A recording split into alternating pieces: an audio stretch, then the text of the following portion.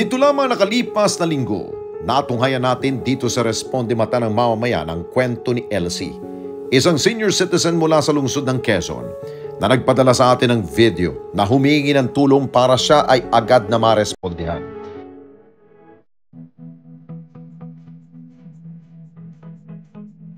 Sa tulong ng De Los Santos Medical Center, napasuri natin ang kondisyon ni Elsie. Dumaan siya sa iba't ibang medical procedures at maging sa komprehensibong pagsusuri ng isang stroke specialist. Makalipas ang ilang araw, lumabas na mga resulta ng kanyang diagnostic test. Sinundo namin si Elsie sa Pasong Tamo para sa follow-up check-up kay Dr. Ana De Castro. Ma'am Elsie, Yes. so nakita ko na po yung mga laboratory ninyo, no? So ito po yung CT scan ninyo. Okay? So makikita niyo po may malaking pag-itim po sa kanan bahagi ng utak. Okay? Sa ganito pong uri ng stroke, pagbabara ho ito. O kaya may pagkipot ho sa ugat. Opo. So tinignan din mo natin ang inyong angiogram po. Sa angiogram niyo po, merong yung ugat po dito, Opo. sa kanang bahagi ng utak ninyo, nawawala. Ibig sabihin ho, may pagbabara or pagkipot ho dito ng ugat, kaya hindi makadalo yung dugo dito sa kanang bahagi. Oo, yes. Kumpara ho dito sa kaliwa. Pero ho dito sa kaliwa, may makikita na din tayong mga areas ho na nagkikipot ho. Ito po, dito, meron na din po. Tinukoy din ni Dr. De Castro ang isa pang sanhi ng stroke ni Elsie, ang pagkakaroon nito ng mataas na kolesterol. Sa mga resulta sa dugo ninyo, ang nakita ko pong significant, sobrang taas ho ng kolesterol ninyo. Okay? Wala naman hong diabetes, okay naman ho yung kidneys, yung atay, uric acid. Kaso po yung cholesterol nyo kasi nag-300 na po, no? Pwede ho ito nagko-contribute ho as risk factor for stroke as well. So, nakagamot naman na ho tayo din doon. Meron din po akong binigay last time po na nagkita tayo para sa cholesterol. So, itutuloy lang ho natin yun. Tapos magmo-monitor ho tayo ng lipid profile nyo kung bumababa ho yung cholesterol. Pero kailangan nyo po sabayan ng diet. Sa isirguang 2D echo at Holter monitoring kay Elsie, nakitang maayos at normal ang tibok ng kanyang puso. Nakita ko ho, normal yung function ho ng heart nyo, yung ejection fraction ho. Tapos wala ho ako nakitang mga pagbabara ho sa loob ng puso ninyo. Sa Holter naman po, normal din ho yung pagtibok ng puso. Wala ho tayong atrial fibrillation. Ischemic stroke o pagiging makitid o nabarahan ang artery na nagsusupply sa utak. Itong stroke na nangyari kay Elsie 4 na taon nang nakalipas. Dahil dito, mas kinakailangan mabantayan ang pag-inom niya ng tamang gamot sa tamang oras. So mukha ho ang sanhi ho ng stroke ninyo is secondary to ICAS, so ng intracranial artery stenosis po, o kaya pagkipot ng ugat sa utak. So ang gamot na binibigay ho namin dito is antiplatelets. So yung aspirin ninyo, itutuloy lang ho yun. Okay? Tapos magdadagdag ho tayo ng silostazole. Okay? Tapos yung pangpababa ng cholesterol and sa high blood din po. Maintenance po ito, unfortunately, no? Paulit-ulit na paalala ni Dr. De Castro, siguraduhin sundin ang kanyang mga bilin para sa ikabubuti ng kanyang kondisyon. May pag-asa po ba kung gumaling? Oo. Ano naman ho ito, yung mga gamot naman ho natin is para hindi na maulit yung stroke din ninyo. Diet mo, ayusin.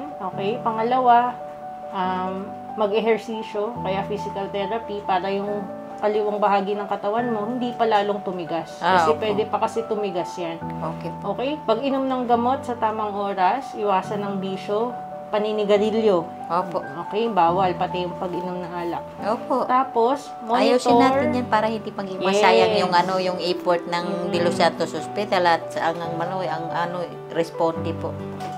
Tapos monitor tayo BP sa bahay. Ilista mo ito, no?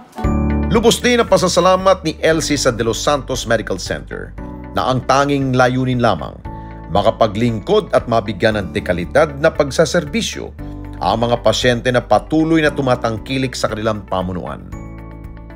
We would like to work on first yung clinical excellence. Anong ibig sabihin ng clinical excellence? Clinical excellence is everything that we do with regards patient care should be the best. Should be nothing but the best. Next, is safety. Yung pasyente natin, pagpasok sa ospital, paglabas sa ospital, safe, walang nangyaring hindi dapat mangyari. Is a patient experience. Ano naman yung patient experience? Well, when you come in the hospital, from the time you step in the hospital, pagpasok mo pa lang doon sa admitting section, hanggang ma-admit, makarating sa kwarto, makauwi ang pasyente, the patient should have a very good experience. Ano ibig sabihin ng very good experience? Dapat walang mga aberyang nangyari during the hospitalization. Dapat walang complaint, walang reklamo, maayos lahat ang serbisyo. Katuwang ang bawat miyembro ng kanilang ospital, sinisiguro nila na bawat mamamayan ay mapagsisilbihan ng maayos. Kompleto rin ang kanilang mga pasilidad. Ang hospital will mainly be diagnostic and therapeutic. Yun ang main purpose ng hospital eh. Pag sinabi natin diagnostic, paano natin malalaman kung ano yung sakit ng pasyente? And there are so many diagnostic tests. And most of the diagnostic tests are available in the hospital. Like what, for example? Ano ba mga diagnostic tests? Yung blood test, that is diagnostic test. Yung CT scan, that is diagnostic test. Yung MRI, that is a diagnostic test. Marami pang iba. Pag sinabi naman natin therapeutic, yung paggagamot sa pasyente. Paano ba ginagamot ang pasyente? You give medicine, you give drugs. Inooperahan yung iba because that is the treatment. So most of the treatment that we are aware of and the diagnostic tests that we are aware of is all available in the Los Santos Medical Center. Ang pagresponde nila kay Elsie bahagi ng kanilang pangako na bawat Pilipino karapat-dapat na mabigyan ng serbisyo para masigurong maayos ang kanilang kalusugan. There are different causes ng stroke, diba? If you give the patient or perform different diagnostic tests, you want to know kung ano yung possible cause ng stroke kasi marami ng dahilan eh. Bakit naman kailangan malaman yung possible cause ng stroke? Kasi may mga treatable causes ng stroke. Merong iba na hindi treatable. So, pag nalaman mo kung anong klaseng stroke siya, and you will only know that through your diagnostic test, hindi mo gagawa mo yung tamang treatment. Hindi nga dapat kung kailan ka may nararamdaman at saka ka magpapatingin sa doktor. Dapat, it should be part of our lives as a person. Na at a certain age, no, sa babae, siguro 40, sa lalaki, siguro mga 40s or 50 sa lalaki, dapat nagkakaroon tayo ng regular check. Hindi ka nagpapagawa nun kasi meron kang sakit. Nagpapagawa ka nun kasi gusto mo malaman ano yung kondisyon.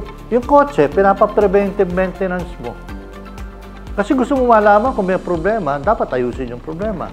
Ang tao, ganun. Ang tawag namin, executive check-up. Magpa-executive check-up ka regularly. Maaga pa nahuhuli. Ano yung mga pwedeng maging problema na susolusyonan na early on. At para lubos na marespondihan si Elsie, nagbigay tayo sa kanya ng digital blood pressure monitoring device at tungkod na makakatulong sa kanyang paglalakad. Oo, para may monitor ko yung aking BP. Thank you very big.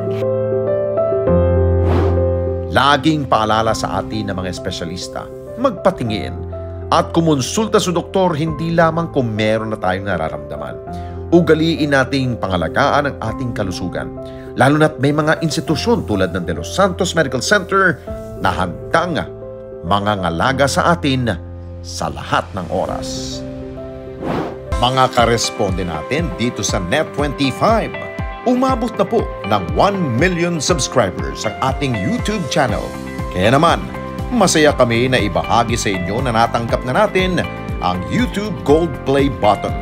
Dahil po yan sa walang sawa ninyong pagtangkilik sa mga programa ng Net25. Lalong-lalo na po sa Responde Mata ng Mamamayan. Kaya naman, Congratulations po sa ating lahat. Keep on sharing mga karesponde. Gawin nating viral ang bawat content natin ng pagtulong at pagresponde sa higit na nangangailangan. Maraming salamat po sa inyong lahat. Mga kababayan, salamat po sa inyong pong pagsubaybay sa Responde Mata ng Mamamayan.